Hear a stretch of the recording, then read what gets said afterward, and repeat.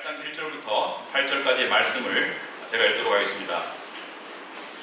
그러므로 이제 그리스도 예수 안에 있는 자에게는 결코 정죄함이 없나니 이는 그리스도 예수 안에 있는 생명의 성령의 법이 죄와 사망의 법에서 너를 해방하였습니다. 율법이 육신으로 말미암아 연약하여 할 수 없는 그것을 하나님은 하시나니 곧 죄로 말미암아 자기 아들을 죄 있는 육신의 모양으로 보내어 육신의 죄를 정하사 육신을 따르지 않고 그 영을 따라 행하는 우리에게 율법의 요구가 이루어지게 하려 하심이니라. 육신을 따르는 자는 육신의 일을, 영을 따르는 자는 영의 일을 생각하나니 육신의 생각은 사망이요 영의 생각은 생명과 평안이니라. 육신의 생각은 하나님과 원수가 되나니 이는 하나님의 법에 굴복하지 아니할 뿐 아니라 할 수도 없습니다. 육신에 있는 자들은 하나님을 기쁘시게 할 수 없느니라. 기도하겠습니다. 하나님 아버지, 지금 하나님의 살아계시고 생명 있는 말씀을 우리가 앞에 대하고 있습니다. 하나님께서 우리의 눈을 뜨게 하여 주시고 또 우리의 귀를 열어주시고 또 우리의 마음을 여셔서 이 속에 담겨있는 하나님의 진리의 말씀을 볼 수 있고 깨달을 수 있도록 주님 도와주시옵소서. 성령께서 깨닫게 해주시지 않으시면 우리는 아무것도 깨달을 수 없사오니 오직 성령께서 이 일을 해주시기를 간구하옵나이다. 예수님 이름으로 기도합나이다. 아멘. 우리 오늘 말씀을 시작하기 앞서서 한 가지 화두를 드린다면 우리 인생은 복잡하다, 이런 말씀을 드리고 싶습니다. 인생은 복잡하다. 우리 인간 자체가 이 내면이 상당히 복잡하게 되어 있습니다. 영적으로나 육적으로나. 그리고 살면 살수록 세상에는 복잡한 일들이 참 많아요. 그리고 많은 복잡한 일들이 분명한 형체를 드러내지 않고 복잡한 상태로 우리의 기억과 시야에서 살아갈 때가 많습니다. 여러분 뉴스 보면 여러 가지 사건들이 터져나오지만 이 복잡한 사건들의 실타래가 어디까지 연결되어 있는지 그리고 실체가 무엇인지 우리가 알기도 전에 또 다른 뉴스가 터져서 복잡한 인생은 복잡하게 흘러가기 마련입니다. 그런데 인간은 이 복잡한 상황 속에서 쉴 수가 없고 혼돈을 느끼고 그리고 때로는 이 복잡함에 질식할 것 같아요. 그래서 이 복잡한 인생을 좀 더 단순하게 살고자 우리는 의식적, 무의식적으로 엄청나게 노력합니다. 그래서 두 종류의 자기 구원의 길을 가려고 합니다. 첫째는 이 세상 사람들 중에 성경이 말하는 나이브한 사람들, 미련한 사람들 또는 단순한 사람들. 그래서 세상 복잡하게 살 게 뭐냐? 좀 단순하게 생각해서 그냥 주어진 세상적인 모든 사람들이 공유할 수 있는, 인정할 수 있는 한 가지, 두 가지 가치에 꽂혀서 그것을 향해서 열심히 달려가면 되지. 뭐 복잡하게 생각한다고 답이 안 나온다. 세상 사람들은 그것을 행복을 할 수 있는 길이라고 생각합니다. 예를 들어서 쉽게 말하자면 돈 또는 명예, 성공, 학생 같으면 공부해서 등수 올리기 또는 좀 더 나아가서 안정된 가정 꾸리기, 하여튼 여러 가지 단순하게 세상적으로 공유할 수 있는 모든 사람들이 인정할 수 있는 그냥 주된 가치를 동물적인 본능으로만 쫓아가면 복잡함을 벗어날 수 있다고 생각할지 모르지만 이것은 진정한 벗어남이 아니라 자기 스스로 자기를 미련하게 만드는 단순함에 불과하다. 그러므로 그 길은, 그 끝은 파멸에 불과하다. 두 번째 길은 무엇인가? 두 번째 길은 이 복잡함의 실체 속에서 내 스스로의 노력이 아니라 진리의 말씀을 통해서 그 안에 들어있는 분명하고 커다란 단순한 줄기를 발견함에 따라서 내 복잡한 삶이 자리를 잡아가는, 정리정돈되어지는 그러한 단순함의 축복을 얻는 사람이 있더라. 그것은 진정한 크리스찬입니다. 예를 들어서 여러분이 축구팀이 있어요. 한국의 대표팀이 있는데 가끔 가다가 축구팀 이 감독이 바뀝니다. 왜 바뀝니까? 문제가 복잡하고 여러 가지 일들이 얽혀져 있어서 축구팀 내부적으로 외부적으로 여러 가지 일들이 얽혀져 있을 때 새로운 대표 감독을 뽑아서 이 감독이 유능한 사람이라면 이 감독은 이 복잡하게 얽힌 실타래를 다 풀려고 하는 사람이 아니라 그 안에서 단순한 명료한 모든 사람들이 공유할 수 있는 한 가지 길을 제시함을 통해서 이 복잡한 상황들이 자리 잡아가도록 만드는 사람이 유능한 사람입니다. 죄는 안 그래도 복잡한 인생을 더 복잡하게 만드는 정말 신비로운 능력이 있습니다.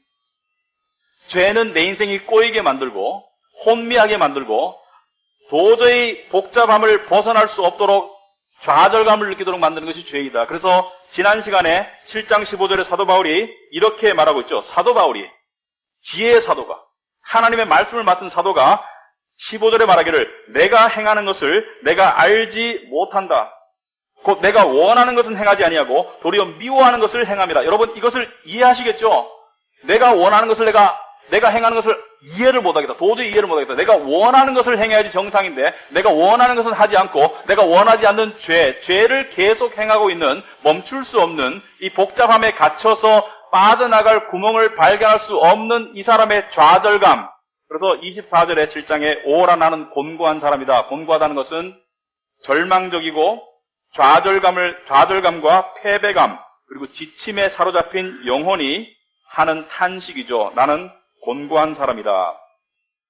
그런데 반대로 복음은, 하나님의 진리이신 복음은 이 복잡함에 갇혀있는 그 속에서 혼돈된 영혼들에게 하나님이 보여주시는 그 안에 들어있는 진리의 분명하고 단순한 확실한 길을 보여줌으로써 그것을 쫓아가는 사람들이 복잡함에서 구원받고 하나님의 미련한 단순함이 아니라 지혜로운 단순함을 발견할 수 있는 그러한 놀라운 능력이 있습니다.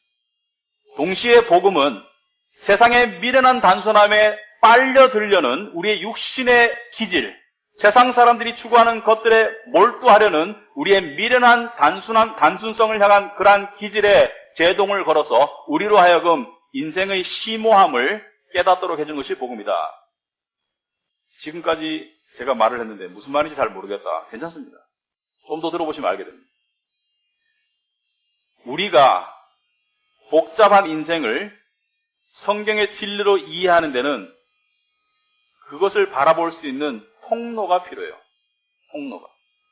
어떤 것을 통해서 바라볼 때 우리가 복잡함 속에서 하나님이 보여주시는, 제시하시는 단순한 진리를 바라볼 수 있는가, 그 격자가 필요한데, 그 통로가 필요한데 두 가지를 말씀드리고 있습니다. 첫째는 그리스도인으로서의 신분, 포지션, 그리고 그리스도인으로서의 체험, experience.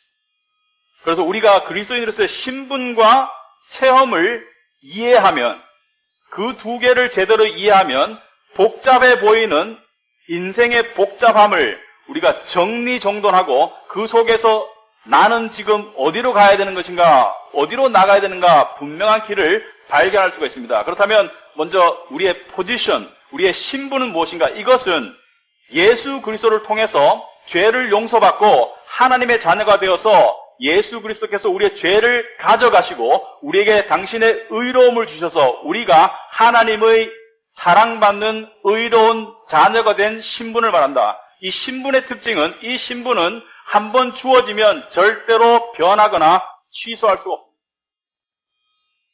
여러분 카드 긁었다가 마음에 안 들면 취소하면 되죠. 여러분 사랑하는 사람이랑 결혼했다가 정말 마음에 안 들면 이혼할 수도 있습니다. 세상에 취소 가능한 일들이 많아요. 그런데 여러분 자식 낳아놓고 혈연 관계를 종이상에서는 취소할 수 있지만 실제적으로는 도저히 취소할 수가 없죠. 왜? 혈연 관계이기 때문에. 마찬가지로 한번 예수 그리스도의 피를 통해서, 예수 그리스도의 십자가를 통해서 하나님의 자녀가 된 사람들은 하나님이 영원하시듯이 그 포지션, 그 신분은 절대로 바뀔 수 없고 변화될 수 없고 변동될 수 없고 그 상태 그대로 완벽하게 유지가 된다. 여러분 이것이 그리스도인의 복된 신분입니다. 우리는 우리의 행위나 우리의 노력이 아니라 오직 하나님의 은혜로 이 하나님의 의로운 자녀라는 신분이 주어졌고 이 신분을 가진 사람에게 하나님께서 하시는 말씀이 이제 그리스도 예수 안에 있는 자에게는, 오늘 1절에 그러므로 이제 그리스도 예수 안에 있는 자에게는 결코 정죄함이 없다. 이것이 우리가 깨달아야 될 가장 첫 번째 관문의 진리입니다. 그리스도 예수 안에 있는 자에게는 결코 정죄함이 없다는 것을 우리는 깨달아야 합니다. 그건 무슨 뜻이냐? 그리스도 예수 안에 있는 자에게 정죄함이라는 것은, 정죄라는 것은, condemnation, 정죄라는 것은 어떤 사람의 죄 때문에 그 사람을 심판하고 그 사람에게 형의 언도를 내리고 그 사람을 저주하고 그리고 그 사람을 죽이는 것이 정죄입니다. 그런데 그리스도 예수 안에 있는 자에게는 하나님의 심판 자체도 없고 하나님의 이 정죄, 저주 그리고 죄로 인한 사망이 없는 상태, 절대로 never. 왜? 하나님은 근본적으로 우리의 신분을 따라서 우리를 대하시기 때문에 하나님께서 우리를 보실 때는 그리스도 안에서 우리가 비록 체험은 좀 이따 얘기할게요. 우리가 체험은 죄를 짓고 있지만 우리의 신분은 모든 죄가 용서받았기 때문에 우리가 거룩하고 흠없는 당신의 자녀로 보신다. 그래서 우리를 바라보실 때 하나님께서는 그리스도를 통해서 우리를 바라보신다.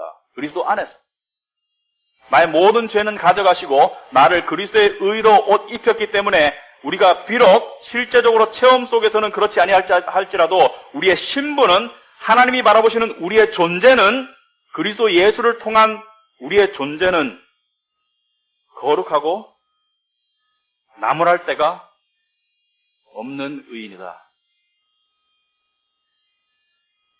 여러분 이것을 믿어야 됩니다. 그리스도인들은 이것을 확실히 믿어야 됩니다. 이것을 확실히 믿지 못하면 처음부터 단추가 잘못 끼워지면 삶이 맨날 헷갈리고 혼돈스러워요.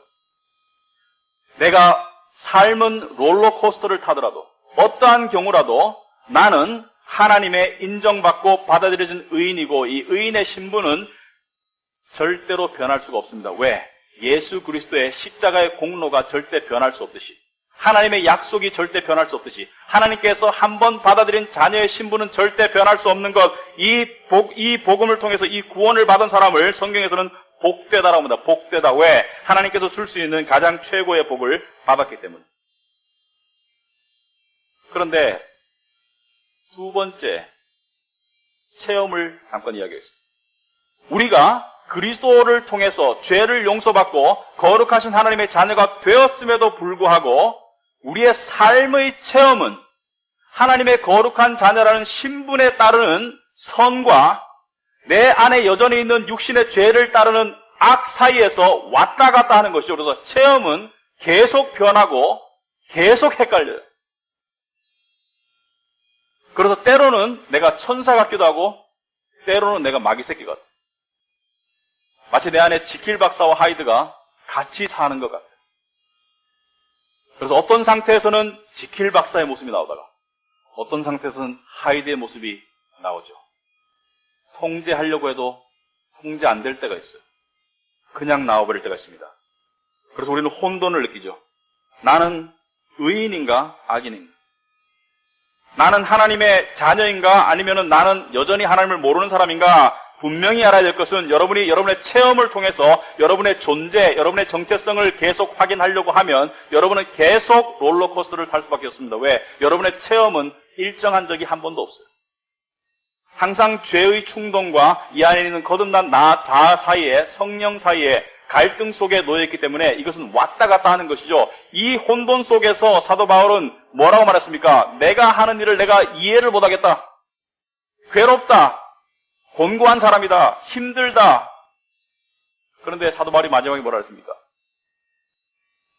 그러므로 이제 그리스도 예수께 감사하리로다. 왜 그렇습니까? 그리스도 예수를 통한 진리를 통해서 보니까 이제 내가 처한 상황이 깨달아지기 시작하는 것이죠. 아, 내가 어떠한 체험을 할지라도, 내가 어떠한 삶을 살아갈지라도 나의 신분은 변함이 없구나. 나의 신분은 절대로 변함이 없구나. 그러므로 이제 그리스도 예수 안에 있는 자에게는, 예수를 믿는 자에게는 절대로 정죄함이 없구나. 나는 하나님께 항상 받아들여지는구나. 그런데 왜 때로는 우리는 정죄받는 느낌을 들까요? 왜냐하면 우리가 혼돈하기 때문이죠. 오해하기 때문에. 하나님께서 우리를 연단하실 때가 있어요. 우리를 훈련하실 때가 있습니다. 디시플린 할 때가 있습니다. 왜? 사랑의 마음으로 우리가 죄의 길을 가지 말고 의의 길로 가도록 정신 차리게 하기 위해서 우리를 훈련시킬 때가 있습니다. 우리를 연단시킬 때가 있어요. 그러나 condemnation, 정죄와 연단은 엄연히 다른 것입니다. 정죄는 죄에 대해서 안갚음을 하는 것이죠. 죄에 대해서 처벌하는 것이 정죄라면 연단은 죄의 길을 가고 있는 하나님의 사랑받는 자녀가 죄의 길을 벗어날 수 있도록 사랑의 매를 대는 것이 연단인데, 연단을 정죄로 혼돈하고 하나님이 나를 정죄하신다고 판단하신다고 생각할 때가 있는데, 그것은 착각입니다. 내 느낌에 의존하면 신앙생활을 올바로 못합니다. 내 느낌이 비록 그렇게 느껴질지라도 우리는 말씀을 통해서 느낌을 바꿔나가야 되죠. 그러므로 우리의 신분이 우리의 체험을 바꿔나가야 되지, 우리의 체험이 우리의 신분을 결정짓도록 하면 우리는 안정적인 신앙생활을 할 수가 없습니다. 변화하지 않는 신분이 늘 변하는 체험을 바꿔나가는 것이 성화이지, 거꾸로 늘 변화하는 체험이 나의 신분을 조정하기 시작하면 우리는 헷갈리고 복잡해지기 시작합니다. 그래서 분명히 알아야 될 것은, 여러분이 예수 그리스도를 믿는다면 여러분의 신분은 절대로 변함이 없다. 언제까지? 영원토록. 하나님이 영원하신 것처럼 절대로 변함이 없다.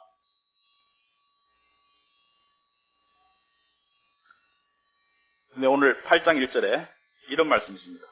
그러므로 이제 그리스도 예수 안에 있는 자에게는, 여기서 now, 이제라는 것은 우리가 하나님의 정죄 아래 있었을 때가 있었다는 것이죠. 언제입니까? 예수 그리스도를 알기 전에, 예수 그리스도를 믿기 전에. 여러분, 우리가 가장 좋아하는 말씀 중에 하나가 요한복음 3장 16절이죠. 하나님이 세상을 이처럼 사랑하사 독생자를 주셨으니 이는 저를 믿는 자마다 멸망치 않고 영생을 얻으리라. 그 듣기 복되고 좋은 말씀 바로 다음 구절에 18절에 여러분 주보에 보시면 이런 말씀이 있습니다. 그를 믿는 자는 심판을 받지 아니하는 것이요, 믿지 아니하는 자는 하나님의 독생자의 이름을 믿지 아니하므로 벌써 심판을 받은 것이니라. 그 정죄는 이것이니, 곧 빛이 세상에 왔을 때 사람들이 자기 행위가 악함으로 빛보다 어두움을 더 사랑한 것이니라. 죄 때문에 하나님의 심판이 믿지 않는 자에게는 이미 임했고 정죄도 이미 임했어요. 그래서 그 집행만 미루어졌을 뿐이지 하나님의 심판과 정죄가 이미 임했기 때문에 지금 살아있는 동안에 예수 그리스도를 믿지 않으면 그대로 그 운명대로 그대로 실행될 뿐입니다. 그러므로 우리도 한때는 하나님의 정죄 아래에 있었습니다.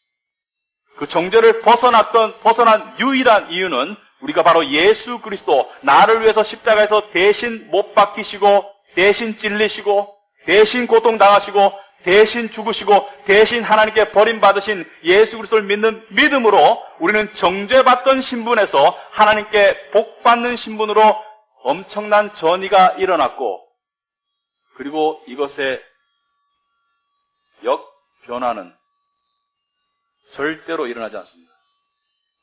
절대로. 아멘? 절대로 일어나지 않습니다.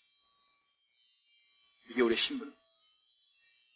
그런데 내가 여전히 정죄받는 느낌을 가진다면 그것은 하나님이 나를 정죄하시는 것이 아니라 내 육신이 사탄의 음성을 통해서 나를 정죄하거나 사탄이 내 육신을 통해서 나를 정죄하는 것이지, 절대로 하나님은 우리를 정죄하지 않습니다. 그 이유를 바울은 2절에서 다음과 같이 설명합니다. 이는 그리스도 예수 안에 있는 생명의 성령의 법이 죄와 사망의 법에서 너를 해방하였습니다.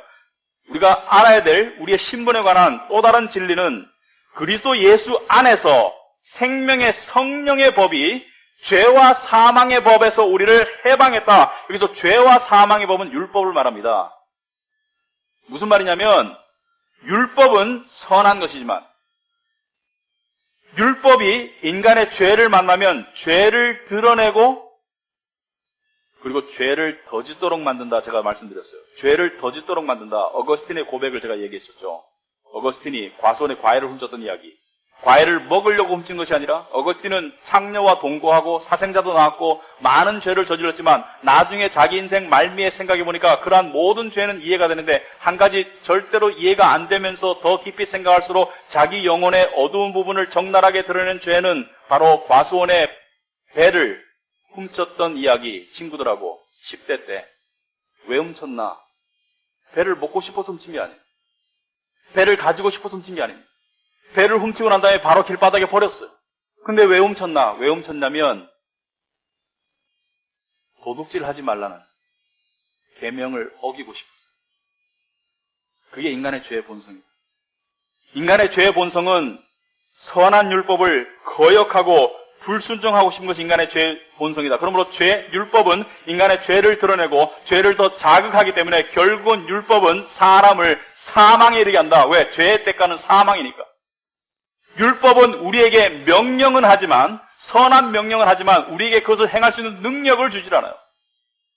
우리에게는 율법을 행할 능력이 없는데, 이제는 생명의 성령의 법이라는 것은 성령은 우리 죄인들로 하여금 거듭나게 합니다. 생명으로.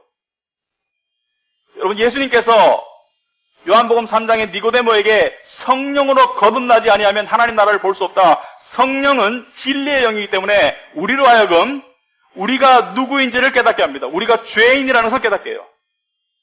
그리고 우리가 하나님의 절대적인 용서의 자비 없이는 지옥 갈 수밖에 없는 운명이라는 것을 깨닫게 하고 난 다음에 동시에 더 나아가서 예수 그리스도께서 십자가에서 내 죄를 위해서 죽으셨기 때문에 그분을 받아들이는 것이 하나님께 용서받고 하나님의 자녀가 되고 영생을 얻는 구원의 길이라는 이 복음의 진리를 깨닫도록 하는 것이 성령이다. 그러므로 성령은 진리의 영입니다.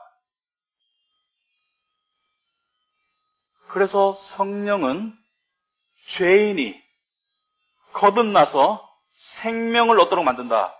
그래서 생명을 얻은 우리가 더 이상 율법의 저주 아래 있지 않고 그것으로부터 해방될 수 있도록, 내 행위에 따라 하나님이 나를 징계하시는 그 저주 아래에서 해방될 수 있도록 하는 것이 생명의 성령의 법이다.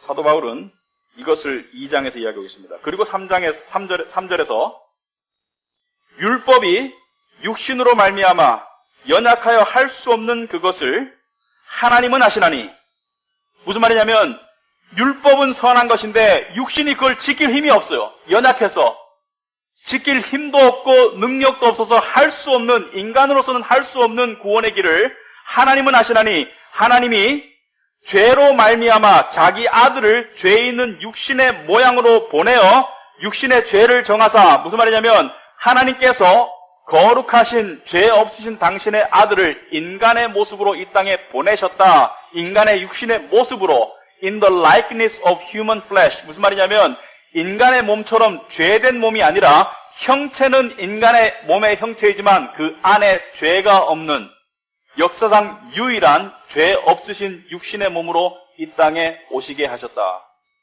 왜? 그 죄 없는 육신의 몸에 죄를 뒤집어 씌우려고.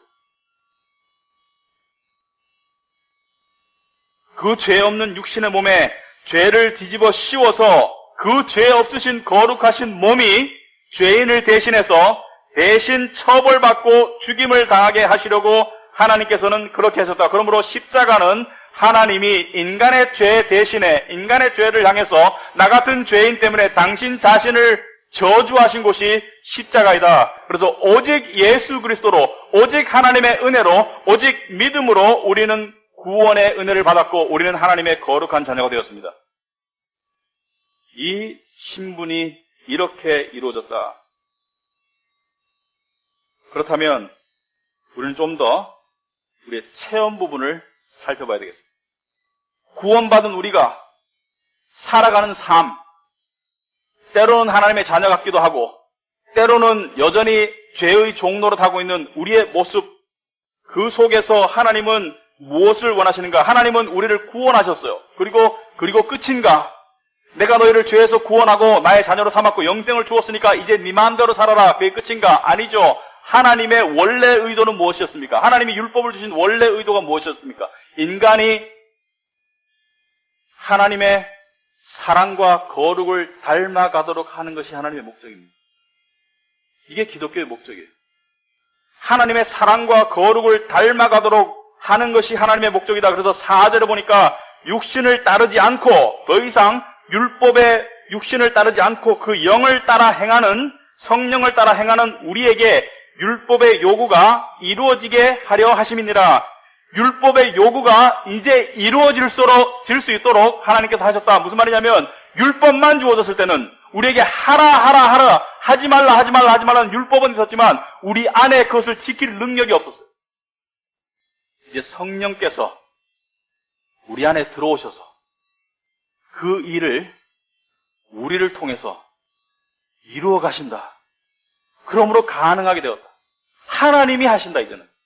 하나님이 내 안에서 나를 통해서 율법의 요구를 이루어 가신다. 내가 사랑과 거룩 가운데 하나님을 닮도록 하신다. 그런데 이 변화는, 이 율법의 요구를 이루어가는 이 성화의 변화는 자동적인 것이 아닙니다. 이것은 인간의 순종과 참여가 필요하기 때문에 하나님께서 우리를 연단하시고 우리를 징계하세요. 왜? 이 성화의 일에 참여하도록 하기 위해서. 우리가 죄의 길로 갈 때 우리를 치시고 사랑의 매로 되시고, 우리가 의의 길로 갈 수 있도록, 우리가 의의 길로 가면 평강으로 화답해 주시고, 하나님은 이 일을 하시는데 갈라디아서 5장 25절에 아주 적절한 표현이 나와 있습니다. 만일 우리가 성령으로 살면 또한 성령으로 행해라. 여기서 앞에 성령으로 산다는 것은 우리가 신분을 말합니다. 네가 성령으로 거듭나서 영생을 얻었으면, 진정한 생명을 받았으면 이제 성령으로 살아가라. 성령으로 행해라. 무슨 말이냐면 우리의 신분의 변화, 죄인에서, 저주받던 하나님의 죄인에서 하나님의 사랑받는 의인이 된 신분의 변화가 성령에 의한 것이라면 우리가 살아가는 성화의 삶 또한 그 주체가 성령이심을 알아야 됩니다. 성령은 말씀을 통해서 역사하십니다. 말씀을 깨닫게 하시고 말씀을 순종할 수 있도록 도와주시는 분이 성령입니다. 그런데 우리가 말씀을 등한시하고 성령의 음성을 귀를 기울이지 않고 그렇게 할 때 우리 크리스찬에게 테스트, 시험이 옵니다. 이게 진정한 크리스찬의 시험입니다. 어떤 사람들은 성령의 말씀을, 성령이 깨닫게 하시는 말씀을 순종함으로 성령에 나아가지만, 어떤 사람은 그것을 깨닫는 것을 게을리하고 불순종함으로 성령으로부터 멀어지게 되어 있는데, 그 차이가 무엇인가? 성령을 따라 순종하는 크리스찬과 순종하지 않는 크리스찬의 차이가 무엇인가? 신분의 변화는 없습니다. 다 천국 가요. 그런데 중요한 차이가 있습니다. 그것을 5절에 이렇게 말하고 있습니다. 그 차이를 설명하자면, 육신을 따르는 자는 육신의 일을, 영을 따르는 자는 영의 일을 생각하나니 육신의 생각은 사망이고 영의 생각은 생명과 평안이다. 여기에 두 부류, 아니 좀 더 자세히 말하면 세 부류의 사람이 있습니다. 첫 번째 부류는 믿음이 없어서 육신을 따라가는 사람들. 여러분, 복잡하게 생각할 거 없어요. 세상에 다양한 인종의 사람들이, 다양한 연령대의 사람들이, 남자, 여자가 다양한 삶을 살아갑니다. 직업만 해도 수천, 수만 개예요. 우리는 세상을 보고 야, 복잡하고 다양하네. 그러나 그 복잡하고 다양한 가운데 진리가 전하는 단순성이 들어있습니다. 어떠한 형태로, 어떠한 신분으로 살아갈지 모르지만 다 가는 길이 똑같다. 육신을 쫓아 살고 있다. 착한 사람, 나쁜 사람, 의로운 사람, 덜 의로운 사람, 돈 잘 버는 사람, 돈 못 버는 사람, 이쁜 사람, 안 이쁜 사람, 늙은 사람, 젊은 사람, 한국 사람, 미국 사람, 모두가 다 다양해 보이지만 이 다양성 속에, 복잡한 다양성 속에 단순성 하나가 존재하는데 그것은 무엇입니까? 바로 다 모두가 육신을 따라 행하고 있으며 그 마지막은 사망이다. 두 번째 부류의 사람은 성령을 따라 살아가는 사람입니다. 이 사람은 예수 그리스도를 통해서 거듭나서 이 거듭난 새 생명에 따라서 영적인 가치를 우선적으로 추구하는 사람이에요. 세상을 살아가지만 돈 버는 일, 직장, 공부 모든 것은 수단일 뿐이고 그 속에서 가장 중요한 우선 가치가 성령을 통한 삶의 변화, 하나님을 알아가고 닮아가기가 우선시되는 사람의 마지막은 평강과 생명이다. 좀 더 자세히 설명하겠습니다. 세 번째 부류의 사람이 있습니다. 어떤 사람이 성령을 통해 거듭났어. 그런데 여전히 자기 중심적인 생각으로 세상의 가치관을 쫓아가는, 성령으로 거듭났지만 여전히 육신의 삶을 추구하고 있는 세 번째 부류의 사람들. 이 사람들도 사망을 마지막에 얻기는 마찬가지다. 그러나 여기서 말하는 사망은 지옥 가는 사망이 아니라, 여기서 말하는 사망은 체험에서의 사망을 말합니다. 신분은 변하지 않아요. 좀 더 구체적으로 말하자면 내가 크리스찬으로 거듭났지만 여전히 육신적인 가치와 세상적인 가치를 추구하면 사는 게 죽을 맛 같을 거예요. 여러분의 삶 가운데 한두 가지 끊어지지 않는 죄를 계속 거듭해 지으면서도 성령의 능력을 통해서 그것을 벗어나지 못하고 계속 육신을 추구하고 그 죄를 탐닉하고 있으면 아마도 죽을 맛일 것입니다. 그 죄를 지을 순간적인 쾌락을 넘어서면 아마도 죽을 맛일 거예요. 여러분의 삶이 세상적인 욕심과 세상적인 가치관을 자기 이기적으로 추구하고 있으며 세상 사람들과 구별되지 않는 삶을 살고 있으면 여러분의 지배적인 주된 감정은 초조와 불안과 화냄과 그리고 불안정일 것입니다. 생명의 흔적이 없는 그런 삶을 살 거예요. 그러나 거듭난 사람이 성령을 통해서 변화를 이어가고 영을 따라 살면 그 생명 가운데 주된 상태가, 그 마음의 영혼의 주된 상태가 평강과 만족과 기쁨과 그리고 하나님을 기대함으로 점점 더 점진할 것입니다. 그래서 우리는 신분은 의인이지만 하나님의 자녀이지만 기능적으로는 하나님의 자녀로 살 수도 있고 기능적으로는 마치 불신자처럼 살 수도 있습니다. 그 결과는 사망과 생명입니다.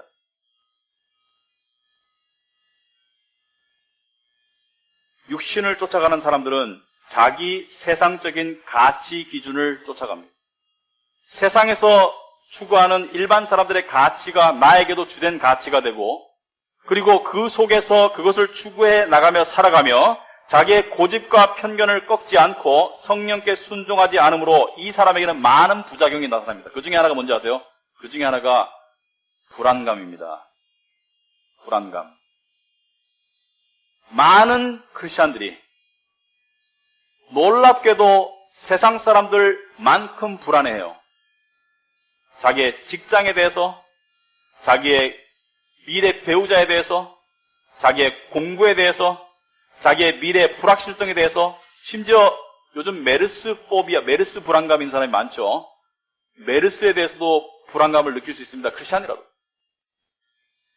메르스 혹시 걸릴까봐, 걸려서 죽을까봐. 물론 조심해야 되겠죠. 손도 씻고, 그리고 많은 사람들이 모이는 곳에 되도록이면 안 가는 것도 하나의 방법이겠지만 지나치게 불안해하는 것은 육신을 따라 살기 때문입니다. 육신을 따라 사는 삶을 불신앙이라고 그래요. 불신앙은 우리로 하여금 걱정을 만들어내게 합니다. 그리고 걱정은 필연적으로 두려움으로 연결되고 초조함으로 연결됩니다. 그런데 요즘 크리스찬들 중에 아주 천재적인 사람들이 많아요. 걱정 만들어내는데. 걱정을 제조하는데 아주 천재적인 사람들이 많아요. 멈추기가 힘들다고 그래요. 왜 그렇습니까? 육신을 쫓아 사는 사람은 죄가 드러나면 어찌할 바를 몰라. 죄가 걱정을 더 만들어내. 걱정도 걱정인데 죄도 걱정이래. 그러나 성령을 따라 사는 사람은 죄를 걱정하는 것이 아니라 죄를 하나님께 드립니다. 죄를 고백하고 그리고 말씀과 기도 가운데 죄를 고쳐달라고 믿음으로 하나님 의사이신 예수님께 나아갑니다. 그러므로 성령을 쫓아 사는 사람도 죄를 안 짓진 않아요. 그러나 죄가 여러분의 삶 가운데 있을 때 태도의 차이점이 있습니다. 전자는 그것도 걱정하지만 후자는 그것도 하나님께 맡기더라. 여러분, 걱정을 자꾸 하고 두려워하는 사람은 하나님의 절대 주권을 믿지 않는 사람입니다. 하나님의 영광을 가리게 됩니다. 나는 하나님이 세상을 완벽하게 통제한다고 믿을 수 없기 때문에 내가 걱정할게요. 내가.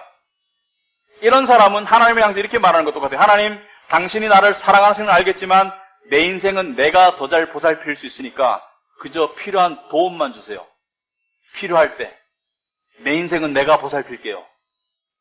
불신앙입니다. 불신앙. 하나님을 의지하지 않는 모든 것이 불신앙입니다. 너무 걱정스러워서 두려운데 하나님은 그것을 해결할 수 있는 능력이 없어 보이고 내가 해결할 수 있으니까 내가 할게요. 내가. 네가 구원자냐?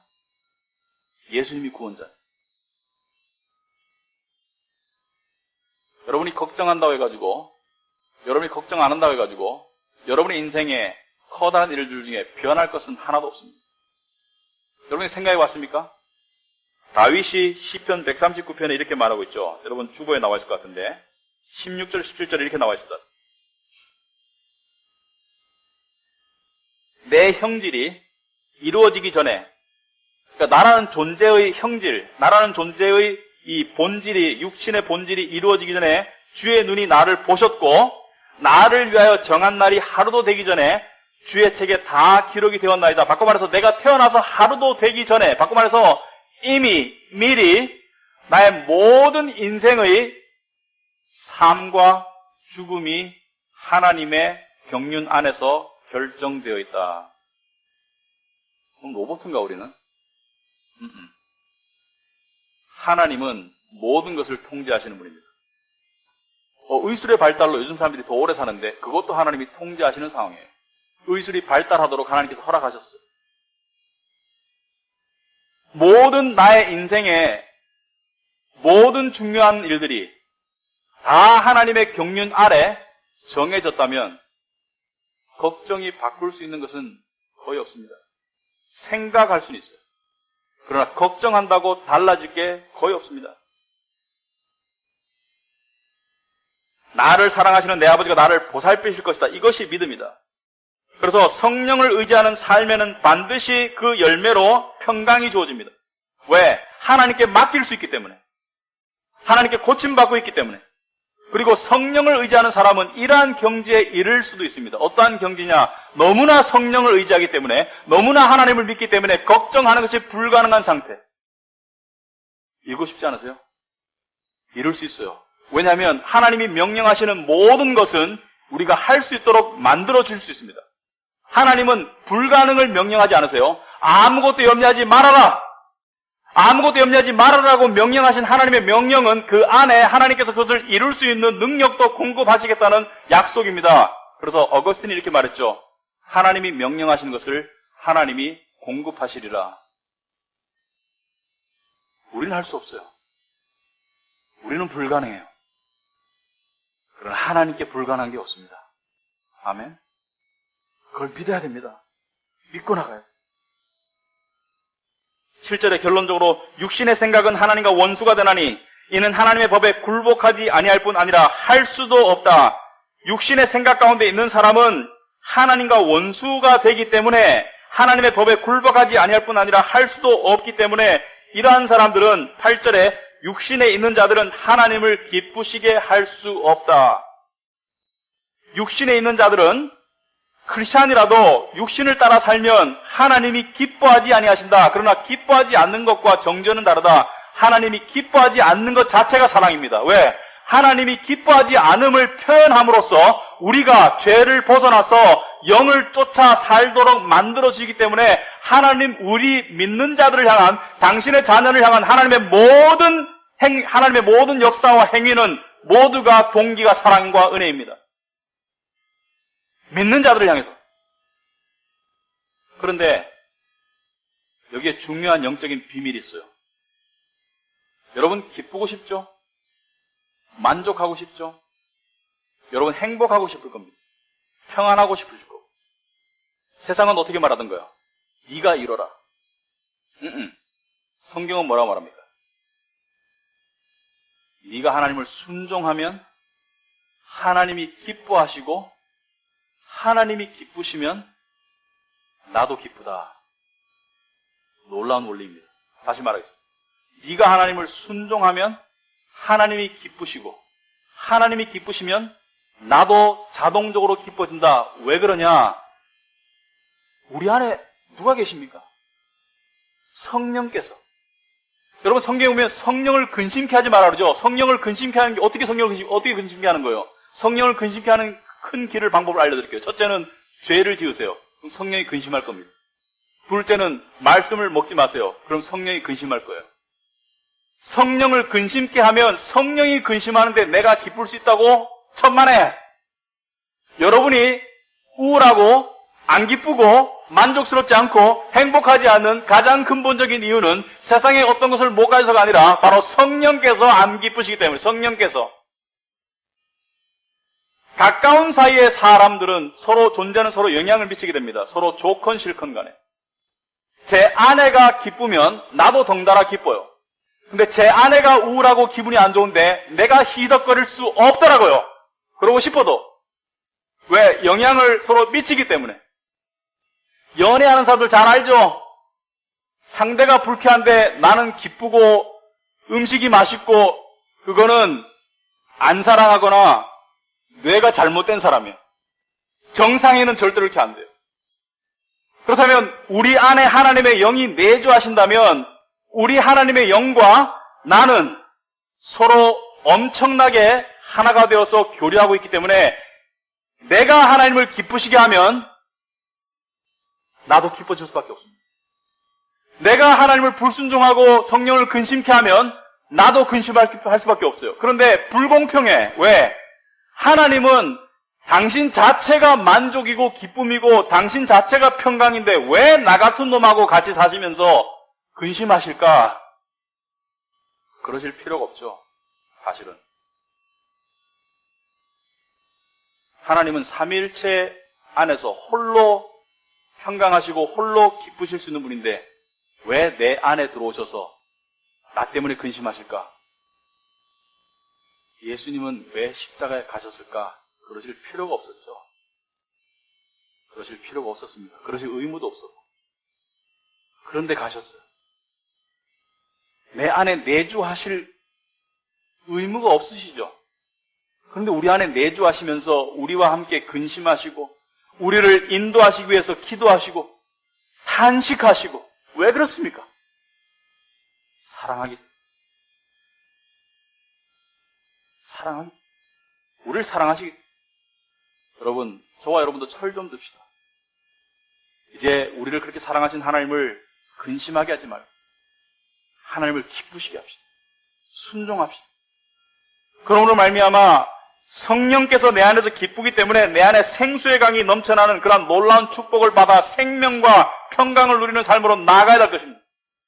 이게 하나님이 우리에게 원하시는 삶이고 이것이 하나님이 우리를 구원하신 이유입니다.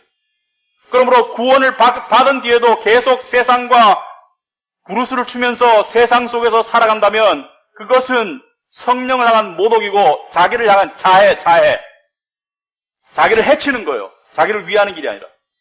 말씀을 멀리하고 은혜의 수단인 말씀과 기도와 예배와 성찬을 멀리하는 것은 자기를 자해하는 것입니다. 여러분, 복잡하지 않죠? 여러분의 신분에 관해서 분명히 깨달을 수 있고 여러분의 삶의 분명한 방향성을 말씀의 진리가 주기 때문에 복잡한 속에서 죄 가운데 더 복잡한 인생 속에서 우리는 분명하고 명료한 하나님의 진리를 볼 수 있기 때문에 이것을 따라가면 정말 신비로운 단순함이 여러분의 삶을 장악하기 시작할 거예요. 그때 느끼는 게 뭡니까? 평강, 샬롬. 기도하겠습니다. 아버지 하나님, 우리의 미련함을 아시는 주님, 우리 스스로 죄를 이길 수 없는 것을 아시는 주님, 성령님을 허락하심을 감사합니다. 우리가 어떠한 삶을 살지라도 우리의 신분은 조금도 변화가 없는 것을 감사하고 하나님께 영광을 돌립니다. 주님, 우리가 주님이 허락하시는 풍성한 삶으로 나아갈 수 있도록 세상의 거짓말과 육신의 속임에 더 이상 속지 않도록 죄 가운데 더 이상 파묻히지 않도록 우리를 인도하시는 줄 믿습니다. 우리 안에 계신 성령께서 기뻐하시기를 원합니다. 도와주시옵소서. 여기 있는 모든 성도들 하나하나를 하나님께서 붙들어 주시고 하나님 알기를 우습게 알고 예배조차도 인간 중심적으로 돌아가는 이 세상 속에서 진리를 바라보고 깨닫고 적용하고 사수해 나가는 저희들이 될 수 있도록 주여 도와주시옵소서. 예수님 이름으로 기도합나이다. 아멘.